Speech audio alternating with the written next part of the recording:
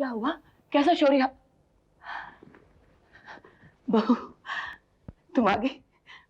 मुझे माफ कर देना, मैं तुम्हारे लिए कुछ नहीं कर सकती। मैं तुम्हें रोक नहीं पाई बेटी। कैसी बातें कर रही हो आप?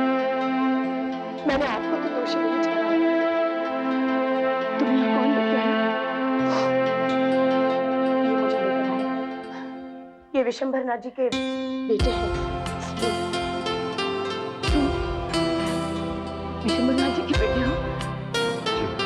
उनके छोटे बेटे होंगे। पता है, मेरा बेटा भी बिल्कुल ऐसा ही था। कुछ साल पहले मुझसे बिछड़ गया। बिल्कुल तुम्हारे उतना ही बड़ा हो गया होगा, बिल्कुल तुम्हारे जैसा। ऐसा लग रहा है कि मेरा अपना बेटा ही मेरे सामने आके खड़ा हो गया है। जब आपने मुझे बेटा कह दिया तो मैं आपका बेटा ही तो हुआ और आप मेरी माँ हुई। आते रहना बेटा, तुमने मुझे माँ कहा है, तुम मेरे बेटे आते रहना। जी जरूर आऊंगा। अपना ख्याल रखो।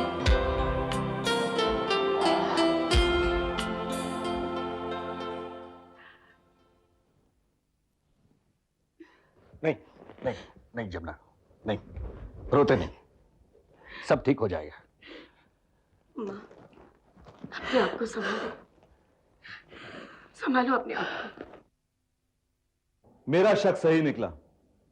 मैं तुमसे कहता रहा कि सुनील से मत मिलो, उसके साथ बिजनेस मत करो, लेकिन तुमने मेरी एक बात नहीं मानी। उसके साथ बिजनेस करती रही।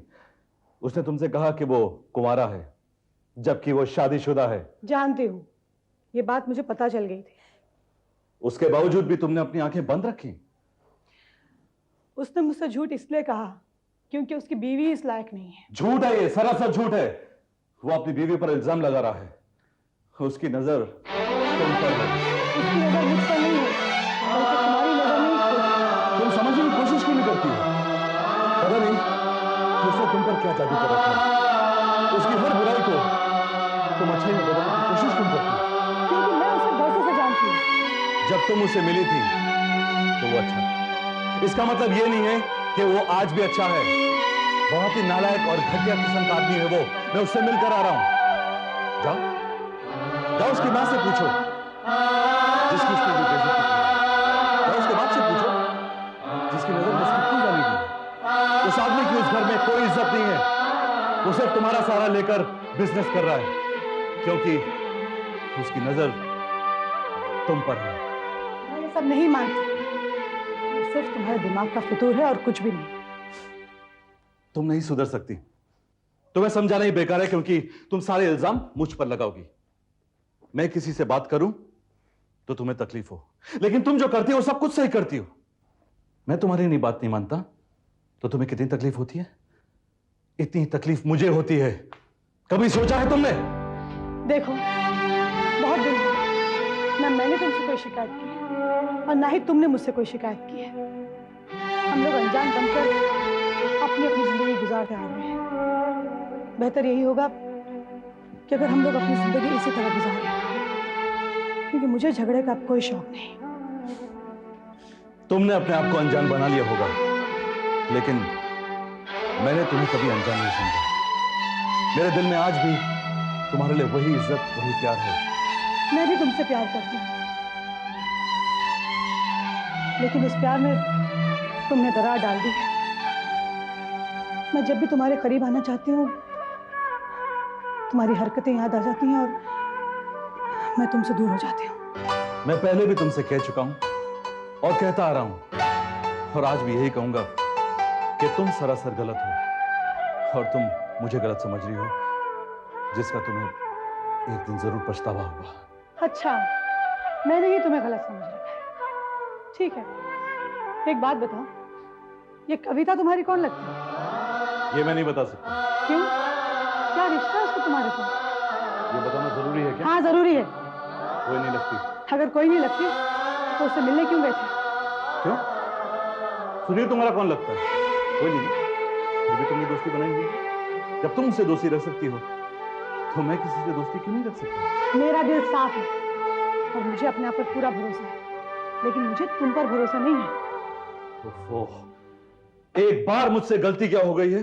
तुम बार बार वही कहानी क्यों दोहराती रहती हो? ये मेरी आदत नहीं है, सिर्फ एक गलती थी। मानती क्यों नहीं हो तुम? ठीक है, एक पल के लिए मैं मान लेती हूं। देखो सुमित, मैंने सुनील के बारे में तुमसे कुछ नहीं छुपाया, तो तुम भी मुझे कविता के बारे में बताओ, कौन लगती हो तुम्हारी? मैं नहीं बता सकता। तो फिर मैं बताती हूँ, वो तुम्हारी अय्याशी का एक। तुम अपने गुस्से, अपने अहंकार में किसी पर भी इल्जाम लगाती हो। सोचती तक नहीं हो कि मैं किसे क्या कह रही हूं, क्यों कह रही हूं। तुमने कविता के लिए मुझ पर इल्जाम लगाया ना? जब तुम्हें सच्चाई पता चलेगी तो बहुत पछतावा होगा तुमको। तुम अपनी नजरों से खुद गिर जाओगी। ये बात याद रखो पायल।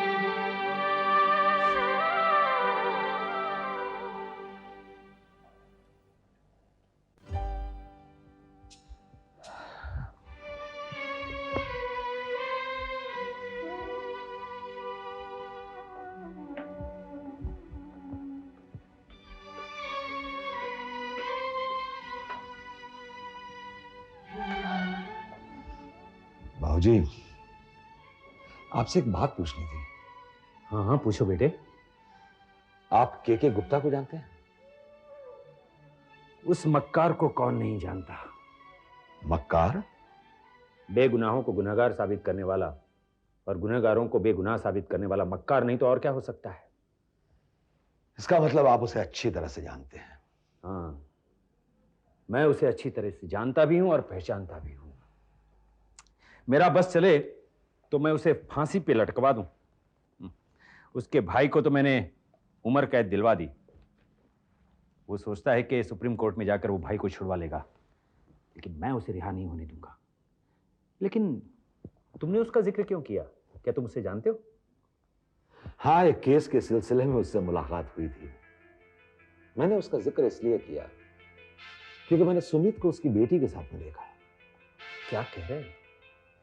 सच्चाई। जब मैंने सुमित को उसकी बेटी के साथ में देखा तो मुझे लगा कि शायद आप में और के गुप्ता में कोई रिश्तेदारी होगी। उस कमीने के साथ रिश्तेदारी? तो फिर सुमित को उसकी बेटी से मिलने की क्या जरूरत है? सुमित के गुप्ता की बेटी से क्यों मिला, इतना मैं जानता हूं। क्यों मिला? माफ करना बेटे, यह हमारा पर्सनल मामला है और मैं नहीं चाहता कि। खैर छोड़िए इस बात को। अगर आप लोगों में इतनी कट्टर दुश्मनी है तो सुमित को उसकी बेटी से दोस्ती नहीं करनी चाहिए। हाँ, उसे ऐसा नहीं करना चाहिए था। उसे अपना नहीं तो मेरा तो ख्याल रखना ही चाहिए था। भाजी, कहीं ऐसा तो नहीं है कि के गुप्ता की बेटी सुमित से दोस्ती करके वो अपने बाप का बदला लेना चाहती हो? नहीं नहीं, ऐसा नहीं होगा। तुम उसे नहीं जानते इसलिए ऐसा सोचते हो। हमारी दुश्मनी वैसी नहीं है जैसी तुम समझ रहे हो। खैर छोड़िए इस बात को। मैं तो सिर्फ आप लोगों को होशियार करना चाहता था। भाजी, आप प्लीज इस बात का जिक्र सुमित से मत कहिएगा कि मैंने ये बात आपसे कही। फिक्र मत करो बेटा, सुमित को पता नहीं चलेगा। बेटा, मुझे एक बात पता चली है, इसलिए मैं तुम्हें पूछ रहा हूं। तुम के गुप्ता की बेटी से मिले हो? जब आपको बात पता चल ही चुकी है तो छुपा कर क्या फायदा। हाँ, मैं मिला था, लेकिन आप वजह नहीं पूछेंगे कि मैं क्यों मिला था?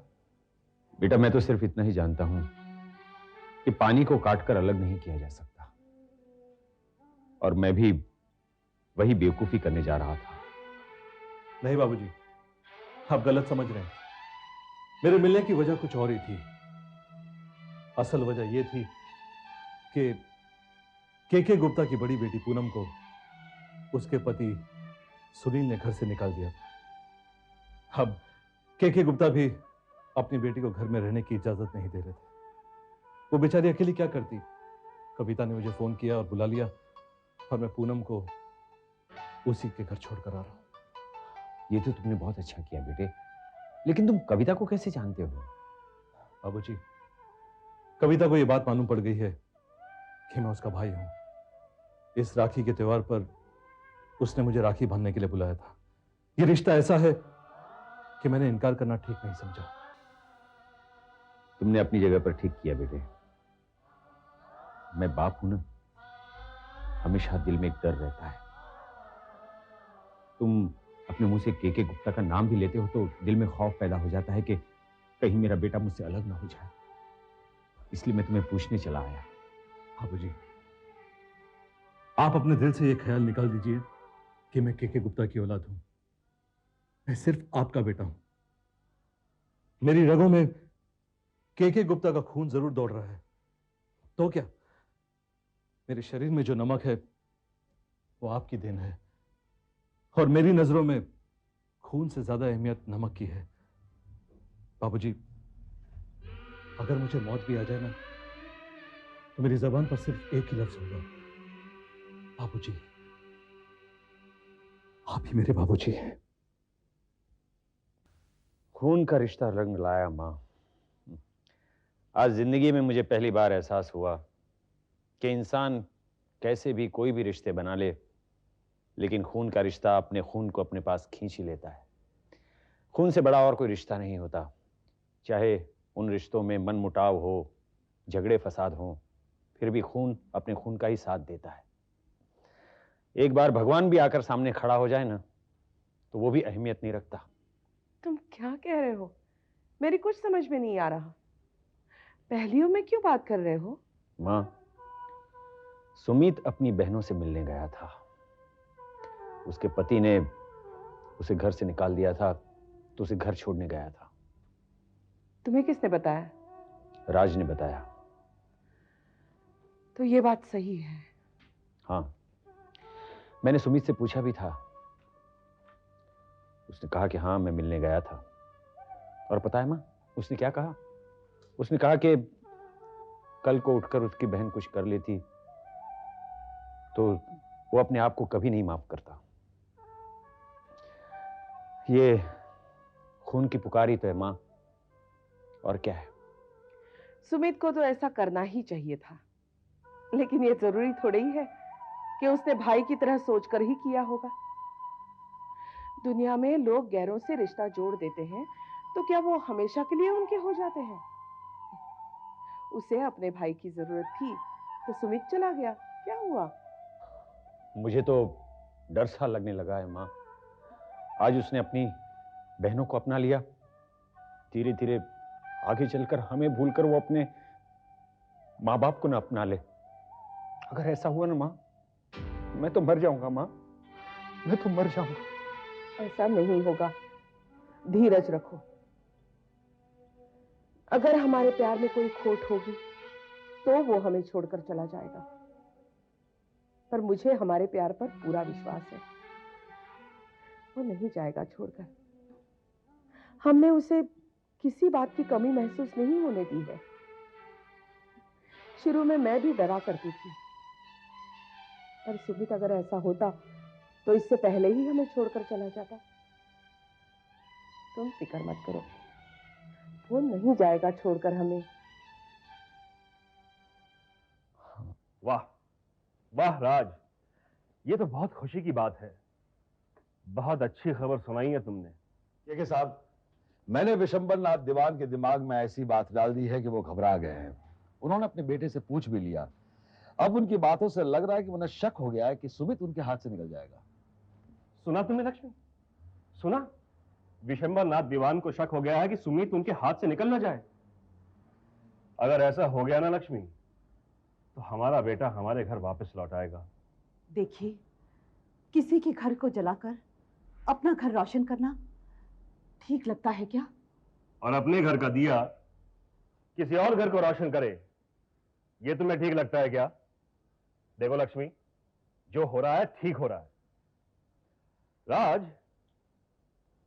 एक बात कंफर्म हो गई है भाई, तुम अपना काम बहुत ईमानदारी से कर रहे हो। के साहब, जिस तरह से सुमित ने अपनी बहनों की मदद की, उससे ऐसा लग रहा है कि अब शायद खून बोलने लगा है। हाँ, ये बात तो है। उसके दिल में बहनों के लिए प्यार उमड़ आया है, तभी तो उसने पूनम की मदद की। अब मुझे यकीन हो गया राज कि मेरी जीत होगी ही होगी। बड़ा करता था विशंबरनाथ दीवान।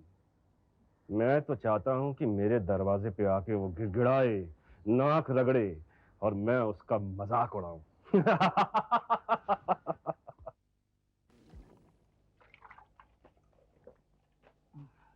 आकाश, ये क्या बात हुई? हमेशा पानी पीते हो और खाली बोतल को फ्रिज में रख देते हो। हमारे घर में नौकर चाकर है क्या? आई एम सॉरी चाची, अगली बार याद रखूंगा। ऐसा हमेशा कहते हो और वापस उसी बात को दोहराते हो। घर में और भी तो लोग होते हैं जिनको ठंडा पानी पीना होता है। तुम जानते हो अरुण ठंडा पानी पीते हैं। मैंने कहा ना चाची, आई एम वेरी सॉरी, अगली बार याद रखूंगा। बिल्कुल नहीं। देखो, तुम ऐसे बात नहीं आओगे। तुम जाओ, सारी बोतलें भर के रखो, तभी सुधरोगे। लेकिन चाची मुझे जाना है, जरा जल्दी। आकाश, मैं जाने नहीं दूंगी। पहले तुम सारी खाली बोतलें भर के फ्रिज में रखो, जाओ। क्या हुआ आकाश बेटे? कुछ नहीं मम्मा, बात सिर्फ इतनी सी है कि मैंने पानी पीकर खाली बॉटल फ्रिज में रख दी थी। अब चाची चाहती हैं कि मैं बॉटल भर कर रखूं। इस वक्त मैं ऐसा नहीं कर सकता क्योंकि मुझे जल्दी कहीं जाना है। तू जा बेटे, जा। भाभी, ये बुरी बात है। इससे तो ये और बिगड़ता चला जाएगा। तो कौन सी आफत आ गई? कौन सा पहाड़ टूट पड़ा? भाभी, आकाश आजकल बिगड़ता ही चला जा रहा है। आप अगर इस तरह ढील देती रही ना तो और बिगड़ेगा, और उसके जिम्मेदार आप होंगी। मुझे मालूम है तुम्हारा इशारा किस तरफ है। इशारा? हाँ, मैं देख रही हूँ। जब से सिमरन का रिश्ता टूटा है तुम आकाश से जलने लगी हो। ये आप गलत समझ रही है भाभी। मैं बिल्कुल सही समझ रही हूँ। तुम्हारी बेटी का रिश्ता क्या टूट गया? तुम अपने आप में नहीं हो। उसी का बदला लेने के लिए तुमने आकाश पे झूठे इल्जाम लगाना शुरू कर दिया। ये झूठ बात है। आकाश मेरा भी तो बेटा है। अगर तुम आकाश को अपना बेटा मानती हो तो ये बोतलें भरने के लिए नहीं कहती। तो इसमें कौन सी बुरी बात है भाभी? पानी पीकर अगर उसने बोतल फ्रिज में खाली रख दी तो इसमें कौन सी बुरी बात है? भाभी, ये बुरी बात नहीं है, ये बुरी आदत भी है। उसे ये आदत बदलनी होगी। आदत है, अगर वो बदलेगा नहीं तो तुम क्या उसे घर में रहने नहीं दोगी? भाभी, अब कैसी बातें करते? इस घर में और भी तो लोग हैं और हमारे पास थोड़े नौकर चाकर है। हर किसी ने अपना काम करना चाहिए। क्यों करेगा? मेरा बेटा क्या अब खाली बोतल भरने के लिए रह गया है? इस तरह से तुम अपनी भड़ास निकालोगी? सिमरन का रिश्ता टूटना था, वो टूट गया। उसकी खुशी के लिए मेरा बेटा अपनी खुशी कुर्बान क्यों करे? ये क्या हो रहा है? आप लोग क्यों झगड़ा कर रहे हैं? झगड़ा नहीं कर रहे हैं। देवयानी आकाश से अपनी बेटी का रिश्ता टूटने का बदला ले रही है। बस भाभी, अब और नहीं सुना जाएगा मुझसे। आखिर क्या किया इन्होंने? कुछ नहीं, पायल भाभी ने तो बात का बतंगड़ी बना दिया। अरे, अगर आकाश फ्रिज से पानी पी के बोतल वापस भर के रखता है तो उसका क्या जाता है? क्यों रखेगा बोतल? वो नहीं रखेगा बोतल। अरे, नहीं रखेगा तो फिर उसको फ्रिज का पानी पीने की जरूरत नहीं है। अरे वाह, इसका मतलब है अब मेरे बेटे इस घर का फ्रिज इस्तेमाल भी नहीं कर सकते। अगर ऐसी हरकतें करेंगे ना तो यही समझिए। तो ठीक है, तू अपना फ्रिज अपने सीने से लगा कर रख।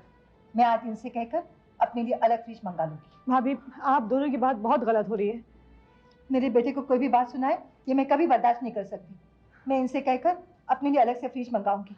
भाभी, हे भगवान, घर की सबसे बड़ी है और जिद और हरकतें छोटों जैसी करती है। अब आप दोनों को कौन समझाए?